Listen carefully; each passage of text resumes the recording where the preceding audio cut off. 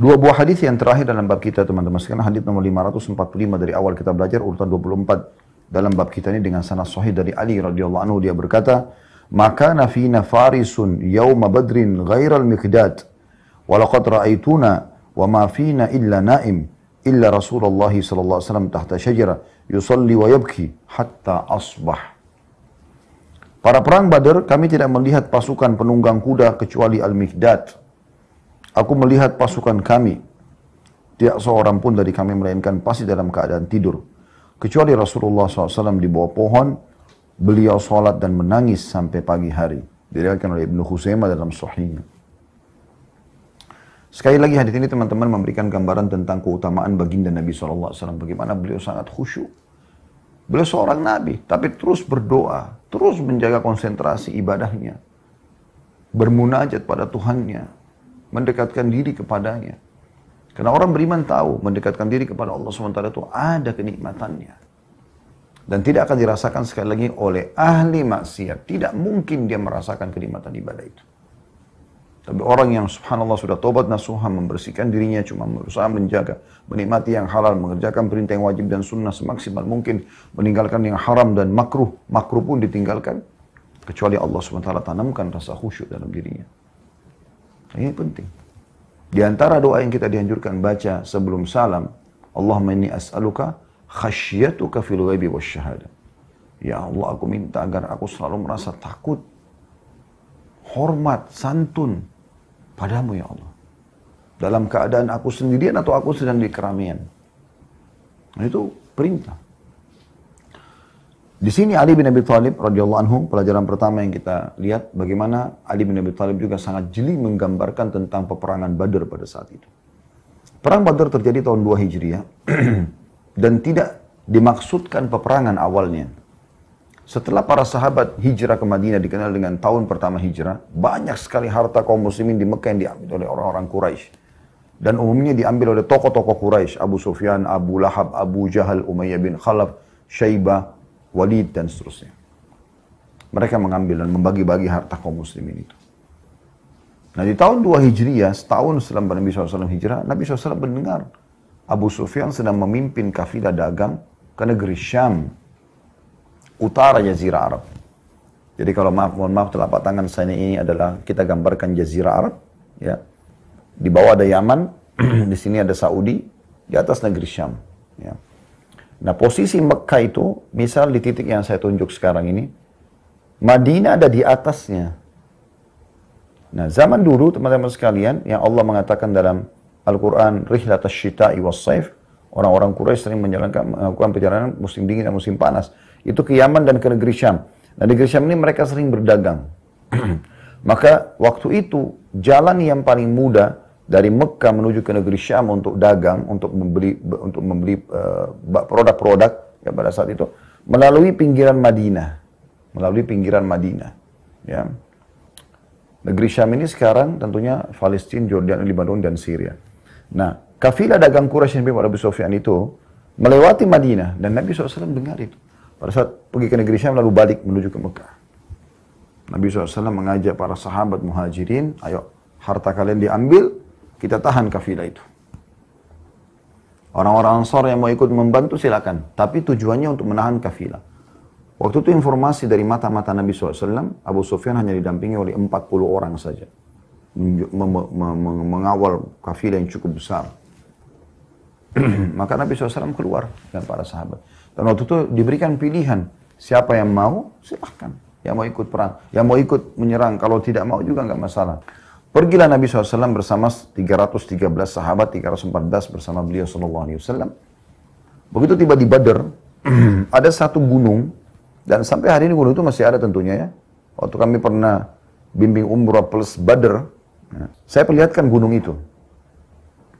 Gunung itu yang Allah gambarkan dalam Al-Quran, dalam surah Al-Anfal, "Idh antum bil udwatid dunya, wa hum bil udwatil quswa, warrakbu asfala minkum."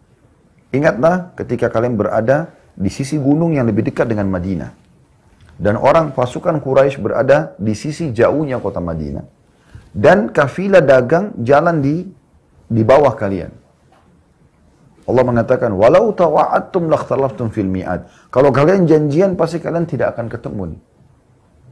Tapi Allah akan menentukan satu keputusan di situ. Walakin liyaqdillah amran. Tapi Allah ingin menentukan perkara peperangan itu. Yang jelas teman-teman, pada saat Nabi SAW lewat di sisi gunung yang diberikan dengan Madinah, Abu Sufyan dengar kalau ada yang muslimin keluar dari kota Madinah yang menyerang kafilah, maka dia menyurat ke Mekah agar orang-orang Mekah ayo segera menyerang. Cukup panjang kisahnya, keluarlah 1.000 orang dari kota Mekah, kemudian mereka berkemah di sisi lainnya gunung, dan mereka tidak saling tahu. Pasukan Quraisy tidak tahu di sebelah sisi gunung itu ada muslimin, muslimin tidak tahu sebelah situ ada pasukan Quraisy. Karena tujuan Nabi SAW dan sahabat menahan kafilah dagang. Ternyata pada saat pasukan Quraisy datang ingin membela kafilah mereka, kafilah dagang lolos, Nabi SAW tidak mendapatkan kafilah itu, lalu turun wahyu perintah Allah agar menghadapi pasukan Quraisy yang ada di sisi gunung. Jumlah mereka 1.000, jumlah muslimin 314 orang. Kafilah dagang yang 40 orang dijaga itu sudah pergi. Allah gambarkan dalam surah Al-Anfal itu. Para sahabat karena peperangan pertama mereka juga sedikit berat. Tapi akhirnya mereka mengikuti peperangan tersebut. Intinya mereka akhirnya mengikuti peperangan tersebut. Ya. Karena awalnya mereka masih berharap kafilah. Tapi Allah berikan mereka musuh. Akhirnya Allah subhanahu wa ta'ala ya, mengajak atau menjadikan peperangan terjadi. Di malam Badar itu yang akan terjadi peperangan, Allah turunkan hujan lebat di sisi gunung yang ada pasukan Quraisy sehingga mereka basah kuyup, mereka tidak bisa tidur malam itu, mereka tersiksa. Sementara di sisi gunung yang sebelah yang ada muslimin, Allah turunkan gerimis yang membuat para sahabat justru pada ngantuk semuanya. Mereka tertidur karena nyenyaknya. Sampai beberapa sahabat yang ditugaskan berjaga-jaga malam itu mengatakan beberapa kali pedang jatuh dari tanganku. Nah, yang digambarkan dalam pasukan ini atau dalam gambaran Ali bin Abi Thalib, maka nafina farisun yaumul badri ghairal Miqdad. Tidak seorang pun di antara kami yang memiliki kuda atau pasukan berkuda kecuali Miqdad. Jadi 314 orang itu yang pakai kuda cuma Miqdad. Nabi SAW menggunakan unta.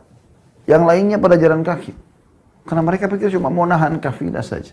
Sementara Quraisy, 1.000 orang itu semuanya berkuda. Dan kuda ini seperti kalau sekarang punya tank, transportasi yang bisa memerangi musuh. Artinya secara persentase akan lebih banyak mendapatkan kemenangan atau akan mendapatkan kemenangan. Ringkas cerita teman-teman sekalian, yang ingin disampaikan oleh Ali bin Abi Thalib di sini adalah bagaimana beliau menggambarkan tentang peperangan pada saat itu, tentang jumlahnya pasukan muslimin dan pasukan kuda cuma 1 orang. Ya. Pelajaran yang kedua, bagaimana dia menggambarkan tentang kekhusyuan Nabi SAW, ketawaduan beliau. Kata beliau, malam itu semua tidur. Tidak ada satupun sahabat kecuali tertidur semuanya. Kata Ali bin Abi Thalib, kecuali Nabi SAW. Karena pada saat Ali terbangun, Ali melihat Nabi SAW di kemahnya. Semalam suntuk Nabi SAW tidak tidur dan terlihat beliau sedang berdoa kepada Allah Subhanahu wa taala pada saat menjelang subuh. Terus saja beliau berdoa sambil menangis, memohon dan merengek kepada Allah Subhanahu wa taala agar diberikan kemenangan. Dan itu terus terjadi. Pada saat semalam suntuk, besok paginya pada saat pasukan juga sudah ketemu Nabi SAW di kemahnya terus memohon kepada Allah. Sampai Abu Bakar mengatakan, ya Rasulullah, kasihani diri Anda. Allah akan memberikan kemenangan. Maka Nabi SAW berdoa, tetap berdoa, mengatakan, ya Allah, kalau seandainya engkau membinasakan yang ada di depanmu ini, yang ada di depanku ini, ya Allah, maka tidak ada lagi yang bisa menyembahmu di muka bumi ini. Sampai akhirnya Nabi SAW tertidur sejenak, lalu beliau bangun, lalu beliau mengatakan, terimalah berita gembira, hai Abu Bakar, sesungguhnya Allah menjanjikan kemenangan buat kita di sini. Dan baru terjadi peperangan Badar itu. Tapi saksi bahasan kita berhubungan dengan khusyuan sholat adalah, dikatakan, yusolli, kata Ali bin Abi Thalib, walaqad ra'aituna wa ma fina illa naim illa Rasulullah sallallahu alaihi wasallam tahta syajara yusalli wa yabki hatta asbah. Tidak ada seorang pun di antara kami kecuali tertidur malam itu. Kecuali Rasulullah SAW yang beliau berada di bawah sebuah pohon, beliau sholat dan menangis sampai tiba pagi hari.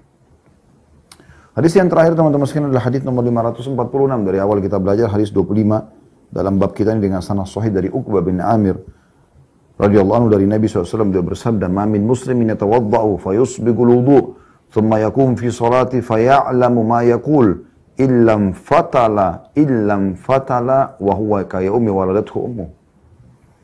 Tidaklah seorang muslim berwudu lalu dia menyempurnakan wudunya, kemudian dia berdiri dalam sholatnya dan dia memahami apa yang dia ucapkan, melainkan dia selesai dalam keadaan seperti di hari dilahirkan oleh ibunya.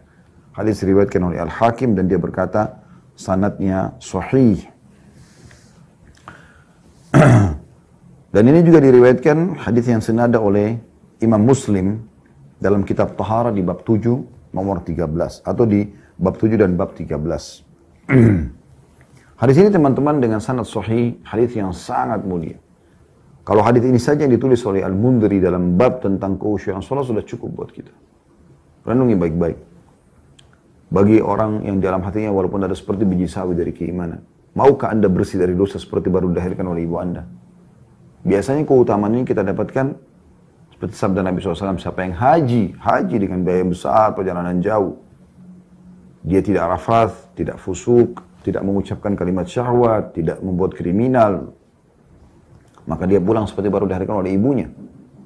Haji satu paket tapi, ya, dari mulai sunnahnya tanggal 8 Zulhijjah sampai 13 Zulhijjah, yang wajibnya 9 Zulhijjah sampai 12 Zulhijjah. Maka ini dapat, kalau dia betul-betul menjalankan dengan benar, dia akan dapat seperti baru dilahirkan oleh ibunya, bersih dari dosa-dosa.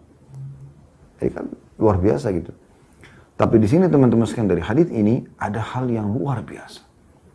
Kata Nabi SAW, siapa atau tidaklah seorang muslim berwudu dengan sempurna. Ini pelajaran pertama teman-teman tentang wajibnya menyempurnakan wudu. Karena dengan sempurnanya wudu, sempurna bisa menjadi penyempurna sholat kita. Sampai kata Nabi SAW, la sholata illa bitahur. Gak ada sholat kecuali dengan suci, berwudu. Kata beliau, tidaklah seorang muslim berwudu lalu dia menyempurnakan wudunya, kemudian dia berdiri dalam sholatnya. Ini mutiara yang kedua. Bagaimana seorang mukmin dianjurkan sholat sambil berdiri? Sholat sambil berdiri.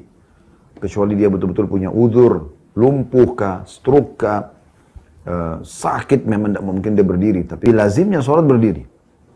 Makanya diistilahkan dengan wa iqamis sholah, ya, dirikan sholat. Dalam hadis misalnya, bunyan Islamu ala khams, Islam terdiri dari 5 pondasi, syahadatu an la ilaha illallah wa anna Muhammad Rasulullah, mengucapkan, mengikrarkan tidak Tuhan yang berhak disembah kecuali Allah dan Muhammad adalah utusan Allah, wa iqamis shalah, dan mendirikan salat.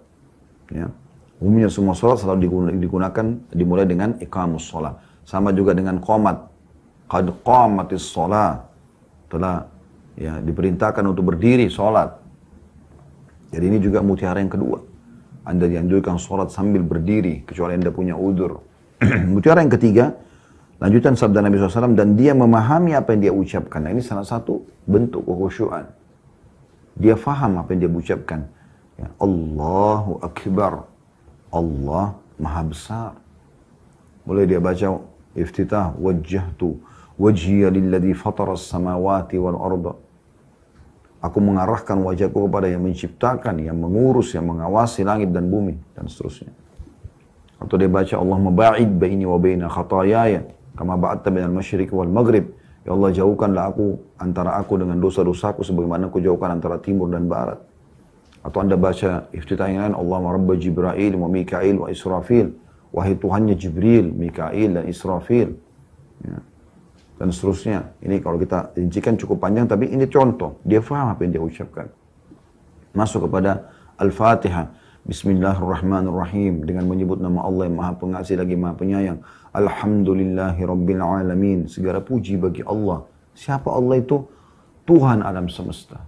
Pemilik, pencipta, penguasa yang menghidupkan, yang mematikan, yang memberikan rezeki, yang menahan rezeki.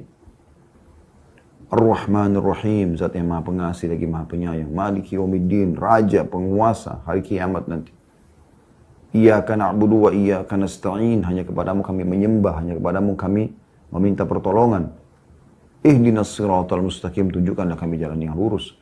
Siratal ladzina an'amta 'alaihim, jalan orang-orang yang telah Engkau berikan nikmat kepada mereka. Ghairil maghdubi 'alaihim waladdallin, bukan orang yang Engkau murkai dan juga bukan orang yang sesat. Baru kita mengatakan amin, kemudian Anda baca surah. Surah-surah pendek saja, gitu kan. Misalnya wal asr, bismillahirrahmanirrahim, wal asr, dengan menyebut nama Allah yang Maha Pengasih lagi Maha Penyayang, demi masa, demi waktu di mana kalian hidup di dunia itu. Maksimalkan baik-baik. Innal insana lafi khusr, banyak manusia dalam keadaan rugi.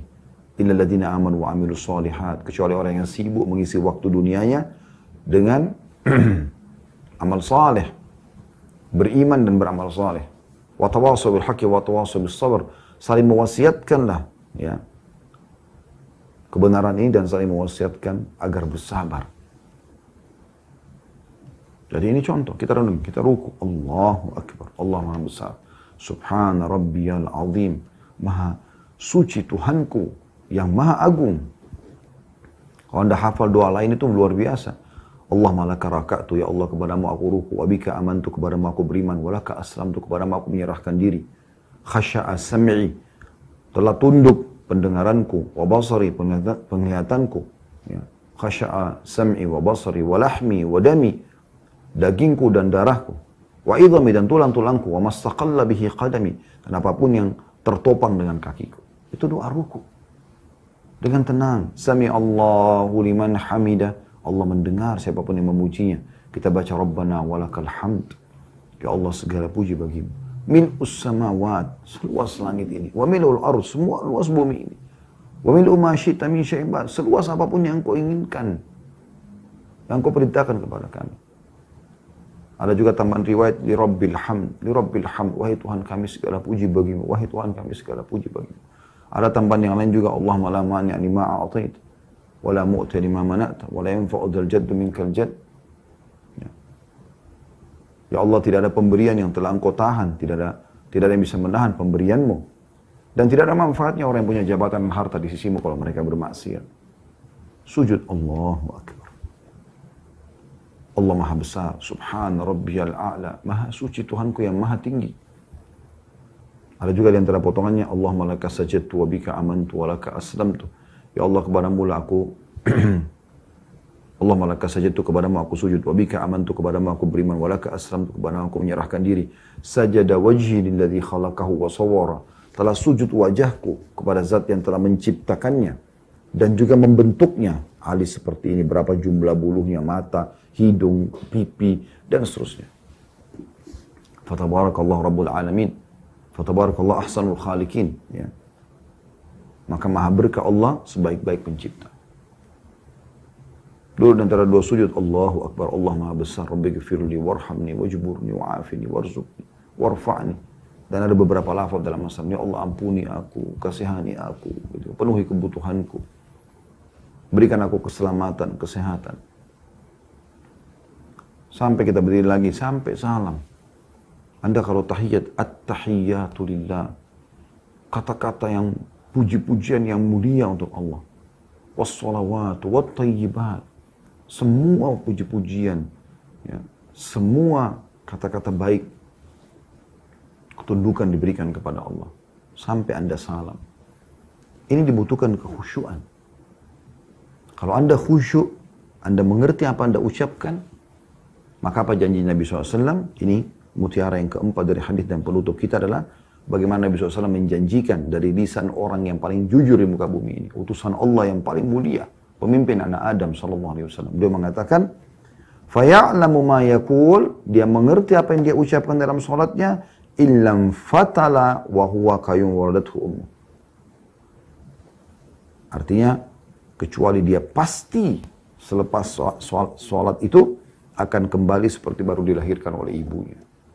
Artinya bersih dari segala dosa. Berarti satu hari Anda punya teman-teman sekalian luar biasa. Kalau sholat wajib saja 5 kali kesempatan pembersihan dosa. Apalagi kalau hadis ini kita tarik kepada semua sholat termasuk sholat sunnah, itu luar biasa. Berapa kali Anda bisa bersihkan dosa Anda dalam sehari. Dan kalau dosa sudah dimaafkan, fasilitas di dunia akan didapatkan, di akhirat kita juga akan masuk ke surga Firdaus, insya Allah. Ya, tanpa hisab dengan izin Allah SWT. Karena dosa kita sudah dibersihkan, tinggal amal soleh aja. Ini teman-teman bahasan kita di bab 34 tentang masalah wajibnya menjaga ruku, sujud, tumaknina dalam sholat. Dan insya Allah pertemuan akan datang kita akan bahas lagi masih dalam kitab sholat di bab 35 masalah ancaman memandang ke langit di dalam sholat.